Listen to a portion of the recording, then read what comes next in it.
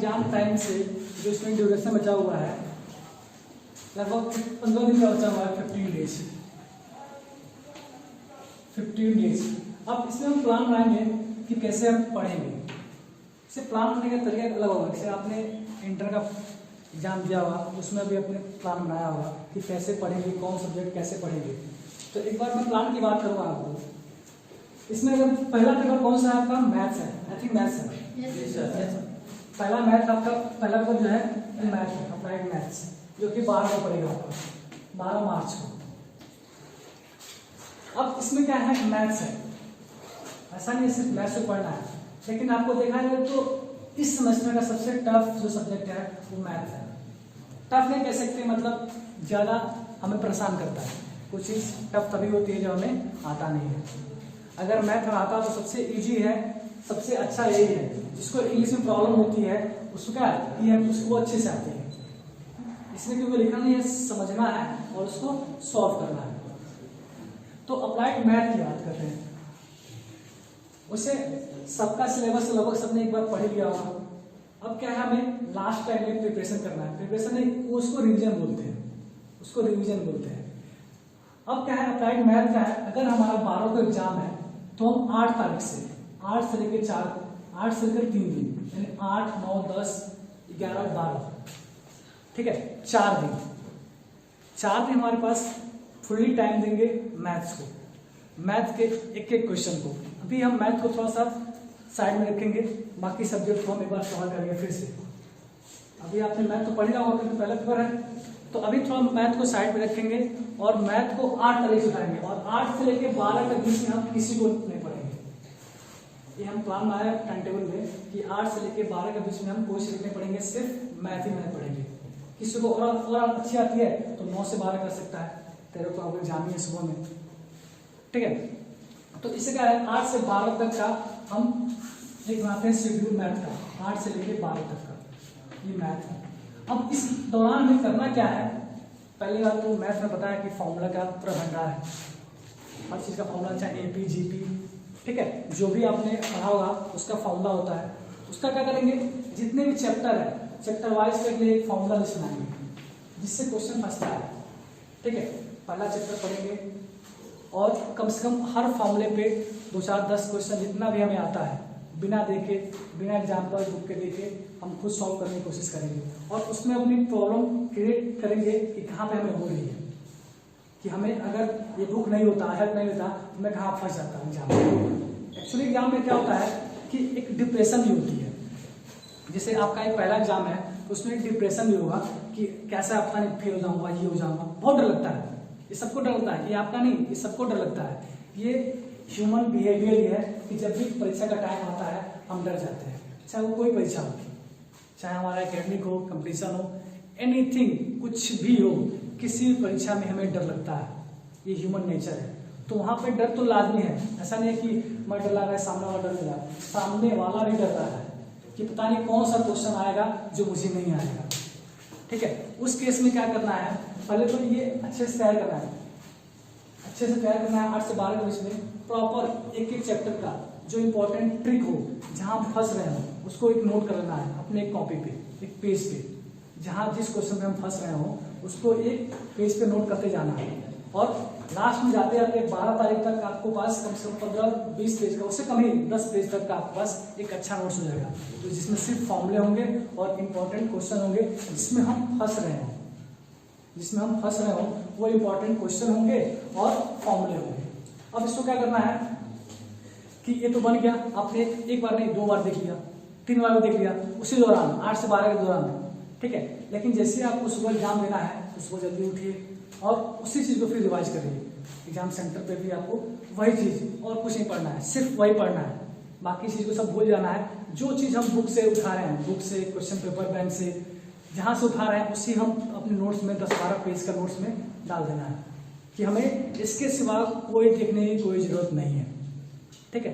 तो उसी 10 पेज के हमारे नोट्स में ले आना है, एग्जाम सेंटर देना है और एग्जाम बैठना है। एग्जाम में कूल बैठना है, हाँ ये सोच करना है कि ये जो भी आएगा हम उसे कर देंगे, और क्वेश्चन वही पहले करना है जो हमें आता हो, जो प्रॉब्लम हमें आता हो। अगर क्वेश्चन फंस जाए, कोई दिक्कत नहीं, कोई डाउट नहीं, फंसना तो लाजमी है। अगर हम ये है क्वेश्चन का हमें फंसाना, अगर क्वेश्चन फंस रहा है तो घबराने के कई बार होता है कि हम पहला क्वेश्चन अटेम्प्ट करते हैं, वो क्वेश्चन ही फंस जाता है, तो हमारे अंदर एक क्या होती है, एक बहुत डर बन जाता है कि अपना अगला क्वेश्चन हम कर पाएंगे कि नहीं कर पाएंगे।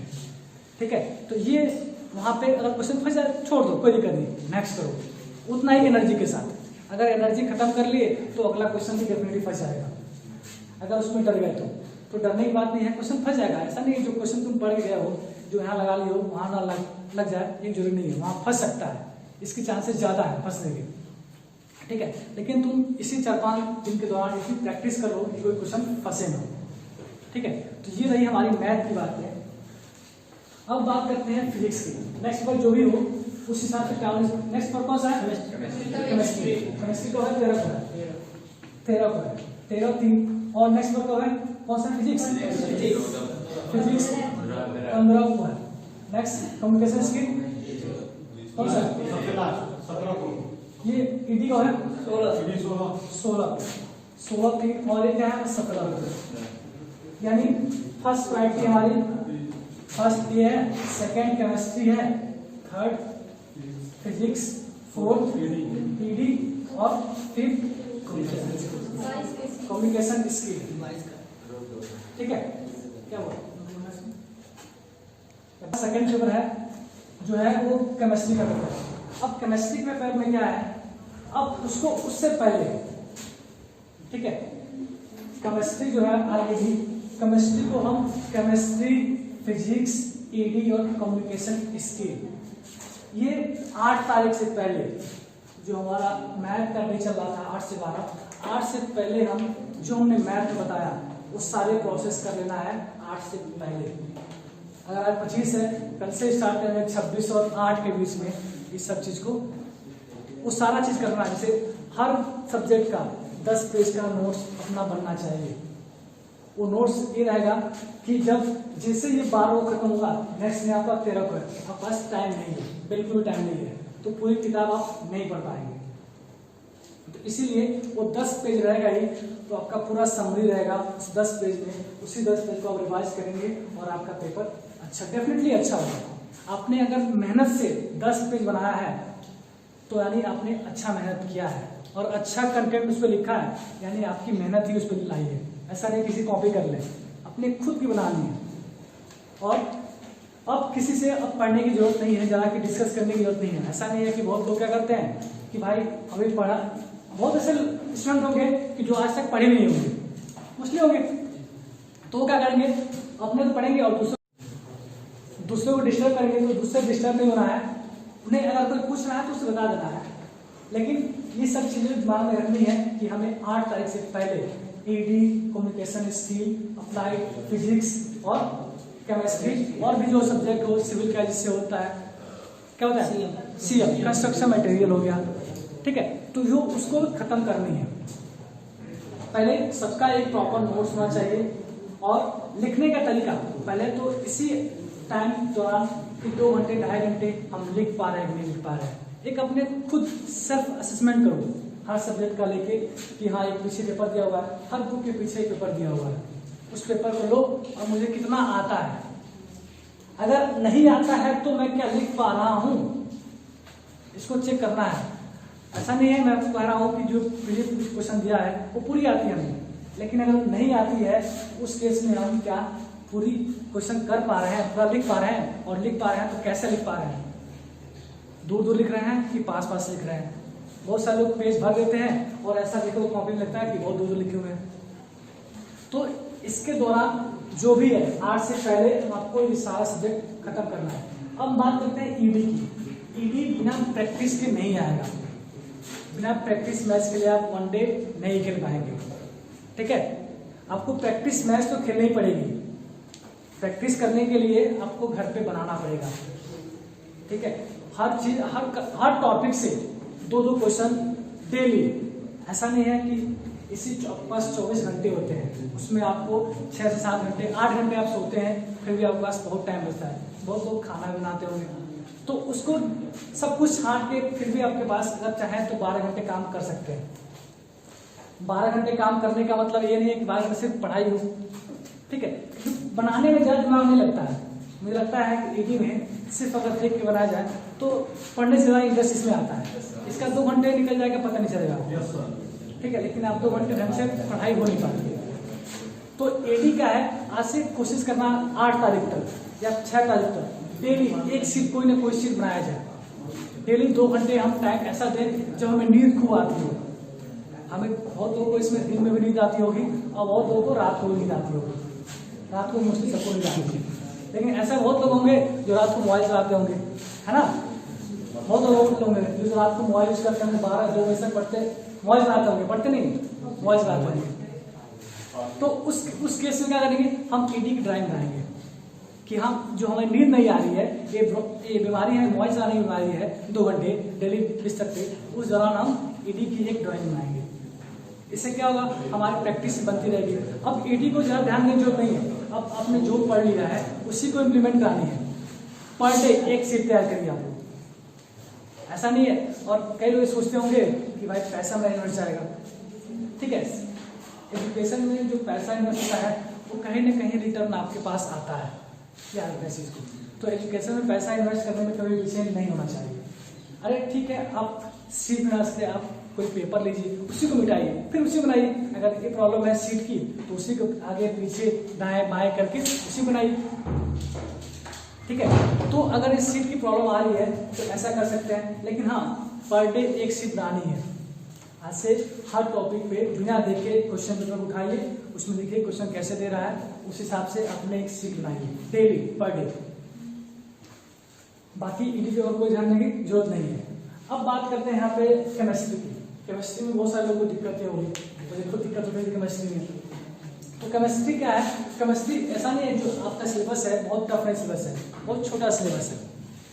केमिस्ट्री का सिलेबस बहुत ही छोटा है और उसमें आप 2 दिन में आप सिर्फ अभी टाइम सबके लिए डिसाइड कर दिए कि मैं 2 दिन तक केमिस्ट्री का पूरा पढ़ लूंगा, सिर्फ केमिस्ट्री पढ़ूंगा 2 दिन तक। 2 दिन तक पूरा केमिस्ट्री पढ़ूंगा क्योंकि हमें एग्जाम देना है, एकेडमिक एग्जाम देना है। 2 दिन तक इसको टाइम दीजिए कि 2 दिन में पूरा केमिस्ट्री बनाएंगे और 10 पेज का अपना एक हैंड रिटन जो हमारा शॉर्ट नोट्स होगा उसको हम तैयार कर लेंगे, ठीक है। केमिस्ट्री में बहुत सारी ऐसी चीजें होती हैं जो नाम हमें भूलता नहीं है, भूल जाता है, ठीक है। बहुत सारी चीजें होती हैं जो हमें याद हो जाता है पहले प्लेयर में, तो जो याद नहीं होता है उसी चीज को हम नोट करेंगे, हेडिंग नोट करेंगे, उसका फॉर्मूला होता है, बहुत सारी चीजें होती है केमिस्ट्री में, किसी का नाम होता है, रिएक्शन का नाम होगा, ये सब हम उसके पेज में नोट करेंगे। और ये भी देखेंगे साथ में हम प्रीवियस ईयर का पेपर भी देखेंगे कि कौन सा इंपॉर्टेंट है कौन सा इंपॉर्टेंट नहीं है, ठीक है। हम ये जरूर अभी ध्यान देंगे कि सारे पेपर का प्रीवियस ईयर पेपर हमें देखना पड़ेगा, प्रीवियस ईयर पेपर कैसे होते हैं, तभी भी हमें एक आइडिया लग जाएगा कि हाँ प्रीवियस ईयर में क्वेश्चन कैसे पुटअप होते हैं। एक बार आपको सबको प्रीवियस ईयर क्वेश्चन देखना पड़ेगा, उसी हिसाब से हमें एक सिलेक्शन करना होगा कि हाँ नहीं ये सब चीज़ आता है। बुक में बहुत सारी चीज़ें दी हुई हैं, उसमें से कुछ चीज़ें ही आती हैं। वो कब कैसे डालेंगे, जब हम अपना प्रीवियस ईयर का पेपर देखेंगे उसमें हम सिलेक्शन करेंगे कि कौन सा टॉपिक हमारे लिए ज़्यादा महत्वपूर्ण है, ठीक है। किसी को कोई डाउट है, पूछना चाहता है कुछ होगा किसी को? फिजिक्स की बात है, अगर फिजिक्स की बात कर रहे हो तो उसमें क्या है हमारा ये फिजिक्स जो चैप्टर है ऑलरेडी मेरे ख्याल से 10 चैप्टर ही है, ठीक है 10 चैप्टर है। और फिजिक्स में क्या है, अपने पूरे इंटर जो फर्स्ट ईयर की फिजिक्स है सेम फिजिक्स है इंटर फर्स्ट ईयर वाली। और इंटर फर्स्ट ईयर जिसने भी इंटर कर किया होगा उसके तो इजी हो जाता है, लेकिन फिर भी इसका हम अच्छे से यूटिलाइज कैसे कर सकते हैं। जिसे तुमने पूछा कि हाँ फिजिक्स के बारे में, हाँ फिजिक्स नहीं आता है, समझ लो किसी का फिजिक्स नहीं आता है, ठीक है।